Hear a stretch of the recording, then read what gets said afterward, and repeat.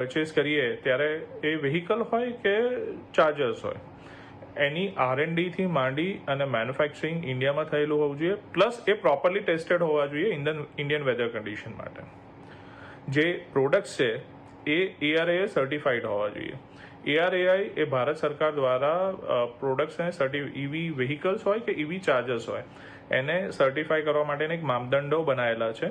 એ માપદંડોમાં જે વ્હીકલ અથવા તો ચાર્જર ખરા ઉતરે છે એને જે સર્ટિફિકેટ આપવામાં આવે છે. જે ઇન્સ્ટોલેશન હોય છે એ સર્ટિફાઈડ ઇલેક્ટ્રિશિયન દ્વારા જ કરવામાં આવવું જોઈએ.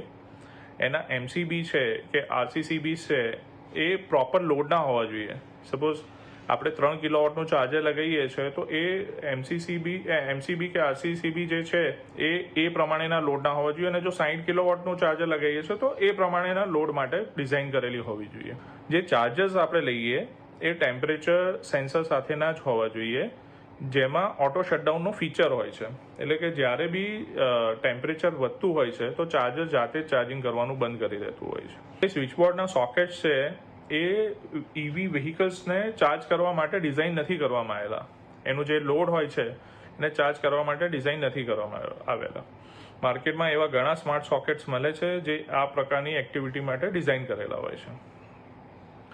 બીજું એવું ઓબ્ઝર્વ કરવામાં આવ્યું છે કે જે પબ્લિક ચાર્જિંગ સ્ટેશન્સ હોય છે ત્યાં યુઝર્સ ચાર્જિંગ કરી અને કેબલ પાછી પોતાની જગ્યાએ નથી લગાવતા, અથવા તો જે EV ચાર્જિંગ જે કોડ આપેલો હોય છે વ્હીકલ સાથે, પોર્ટેબલ ચાર્જર આપેલું હોય છે, એને ગૂંચળો વાળો. તો આવું કરવાથી જે કેબલ હોય છે એની અંદર કટ્સ ડેવલપ થઈ જાય છે, જે એક્સિડન્ટ્સને નોતરે છે. ઓવર ચાર્જિંગ કરવાની એક હેબિટ હોય છે કે ઘણી વખત આપણે એવું હોય છે કે ભાઈ આપણે પ્રોપર ચાર્જ કરીએ તો એમાં એવું થઈ જાય છે કે 100% ચાર્જ થયા પછી પણ ચાર્જિંગ ચાલુ રહે છે.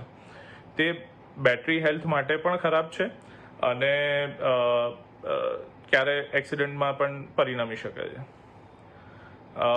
ચાર્જર્સ હોય અથવા તો વ્હીકલ્સ હોય એનું રેગ્યુલર સમયે મેન્ટેનન્સ કરાવવું જરૂરી છે. એની સર્વિસિંગ પ્રોપર ટાઈમે કરાવવી જરૂરી છે. ડિગ્રેડ થયેલી બેટરી સાથે વ્હીકલ ક્યારે પણ ના ચલાવવું જોઈએ. ચાર્જિંગ કરતી વખતે ખાસ ધ્યાન રાખવું જોઈએ કે વરસાદ પડતો હોય તો તેમાં એક્સપોઝ હોય એ રીતે ચાર્જિંગ ક્યારે ના કરવું જોઈએ. ઓલવેઝ શેડની નીચે ચાર્જિંગ કરવું જોઈએ.